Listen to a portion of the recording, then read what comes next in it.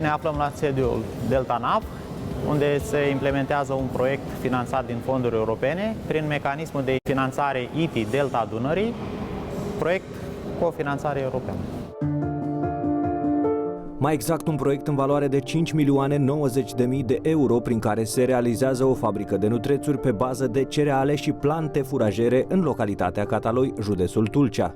Este o linie de producere nutrețuri combinate prin procesarea cerealelor și a altor ingrediente. Linia este de înaltă performanță, este automatizată. Produsul finit va fi ambalat în big bag-uri, vrac sau diverse sortimente.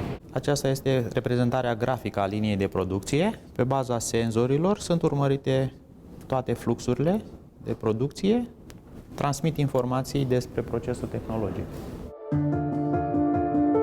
DeltaNav Tulcea deține în portofoliu și câteva puncte de exploatare agricolă, terenuri pe care cultivă preponderent cereale și nutrețuri. Prin intermediul mecanismului de finanțare ITI Delta Dunării, compania are acum capacitatea de a produce furaj pentru animale la cele mai înalte standarde. Este realizată o linie de deshidratare a lucernei. Lucerna va fi procesată și produsul finit, sub formă de baloți, va fi livrat către posibili beneficiari.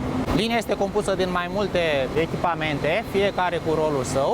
Cuptorul, alimentat cu biomasă. Lucerna este încărcată prin aceste dispozitive. Lucerna încărcată trece prin cuptorul de uscare. Sunt mai multe procese mecanice și fizice prin care lucerna este transformată, deshidratată, ajungând produs finit. Acesta este produsul finit. Lucerna procesată sub formă de balot. Mai mult, linia de producție este capabilă să realizeze și peleți din diverse plante furajere. Noi avem deja balotat paiele de soia, care vor fi procesate în iarna asta și vor fi transformate în peleți.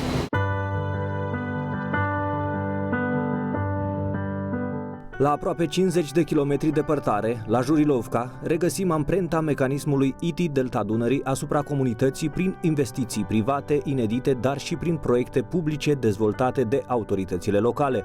Vorbim în primul rând despre una dintre cele mai mari plantații de migdal din țara noastră.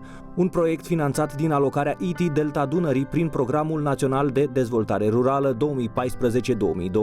investiții în exploatații agricole, cu o valoare totală de 915.536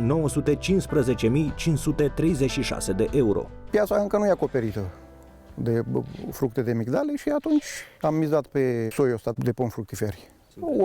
8,4 hectare. Plantația plus încă 1920 de metri suprafață de curs construcție, unde e hala de procesare, de producție. Acolo să fie un proces de la producție până la comercializare. Tot lanțul l-am prins în proiect. Povestea migdalului de Jurilovca a început totuși cu mulți ani în urmă. Acum, prin accesarea de fonduri europene, un vis a devenit realitate.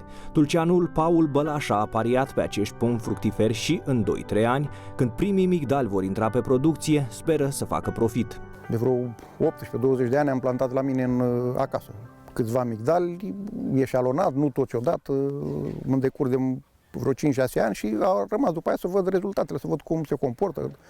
Dacă se aclimatizează, ei sunt aclimatizați, că aveam într-un lot, în altă parte am cumpărat un lot cu migdal de vreo 50 de ani ca vârstă. Și încă produce și acum.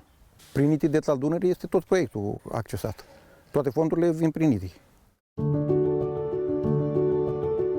Dar Jurilovca este și un tărâm al poveștilor spuse cu tâlc. O poveste este și pensiunea Cuplul Călător, un vis al unui cuplu de tineri ce au colindat toată lumea, dar care s-au întors acasă pentru a aduce mai departe valorile tradiționale ale locului.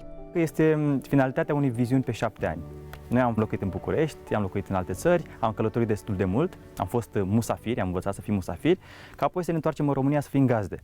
Iar locul cel mai potrivit a fost Jurilovca, pentru noi care este inima Dobrogei, de unde oaspeții pot descoperi foarte mult din tradițiile locului, natura, cultura, gastronomia, în toată zona aceasta Dobrogei.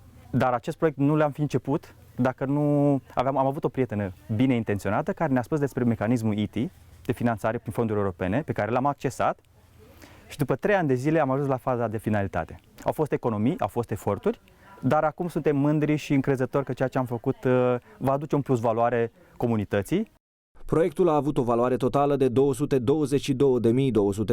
de euro. Lucrările pentru construcția pensiunii au implicat foarte mult comunitatea locală, meșteri din zonă, oameni care și-au lăsat fiecare o amprentă deosebită asupra amplasamentului. Cuplul călător este o îmbinare perfectă între tradițional și modern. Călătorind prin lume și în același timp descoperind mai multe despre turism și economia globală, ne-am dat seama că satul global, satul românesc moare, dar turismul poate fi o oportunitate foarte mare pentru comunități. Locuri de muncă, se dezvoltă infrastructura, cultura, reînvie tradițiile și atunci sunt oamenii locului care se dezvoltă economiile. Rămân în sat, nu pleacă în alte părți, dar și turiștii care au parte de experiențe mult mai profunde și autentice. Tot în Jurilovca, grație intervenției ITI Delta Dunării, s-au dezvoltat și apicultorii locali, mierea de Jurilovca devenind un brand care se consolidează pe piața de profil. De altfel, în nordul Dobrogei, peste 150 de apicultori și-au dezvoltat și modernizat stupinele cu bani europeni. Odată cu dezvoltarea mediului privat din Jurilovca s-au investit bani de către autoritățile locale și în proiecte de infrastructură. Absorbția de fonduri europene a fost cheia dezvoltării comunității pe toate planurile, de la drumuri comunale asfaltate până la realizarea rețelei de apă și canalizare sau proiecte de infrastructură în sectorul educativ. Spun eu, unica șansă a județului Tulcea, acest mecanism de a dezvolta comunitățile locale, și aici nu vorbim numai de zona publică, cât și de cea privată. Avem peste 12-13 proiecte finanțate numai din zona ITI. Și aici vorbim de infrastructură stradală, vorbim de apă, de canalizare, de cultură, de educație.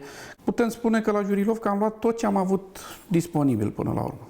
Aplicarea mecanismului în acest teritoriu a oferit o șansă extraordinară beneficiarilor din teritoriul nostru de a accesa fonduri europene. Până la momentul creionării acestui mecanism, practic, o mare parte dintre beneficiarii din teritoriu, și aici mă refer atât la zona publică cât și la cea privată, nu aveau posibilitatea să depună proiecte pe fonduri europene, deoarece nu deplineau punctajele de manieră în care să poată intra într-o primă etapă de licitație, să spun, a acestor fonduri, că până la urmă este un sistem concurențial. Din punct de vedere al mecanismului, practic a fost delimitat un teritoriu care se află sub un impact major al rezervației biosferei Delta Dunării, iar pentru acest teritoriu, Ministerul Dezvoltării a creionat împreună cu Banca Mondială, de fapt Banca Mondială a lucrat, strategia integrată de dezvoltare durabilă a Deltei Dunării. Această strategie a identificat nevoile din acest teritoriu, nevoi care practic vin dintr-o lipsă totală de investiții în perioada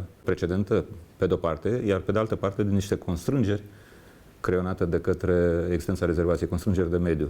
Noi suntem aici în situația de a asigura echilibru între dezvoltare și protecția mediului. Este un echilibru destul de fragil, este foarte greu să te duci cu o anumită investiție până la limita în care să nu influențezi negativ mediul, dar în același timp administrațiile locale să le aduci în secolul 21.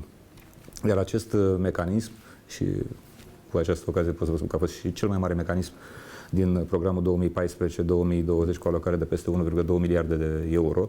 Aici am adiționat inclusiv fondurile Guvernului României.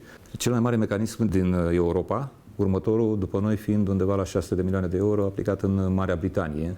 Sumele alocate pentru întregul program au însemnat 1,2 miliarde de euro. Este practic cel mai mare proiect de investiții al României. Practic, prin mecanismul ITI s-au asigurat sume fiecărei localități din teritoriul acoperit pentru infrastructura de bază, apă uzată, cât și posibilitatea de a investi în infrastructură socială și de sănătate.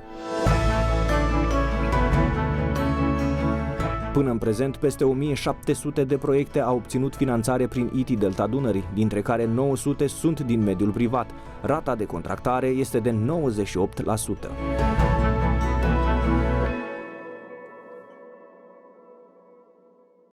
Proiect cofinanțat din Fondul European de Dezvoltare Regională prin Programul Operațional Asistență Tehnică 2014-2020.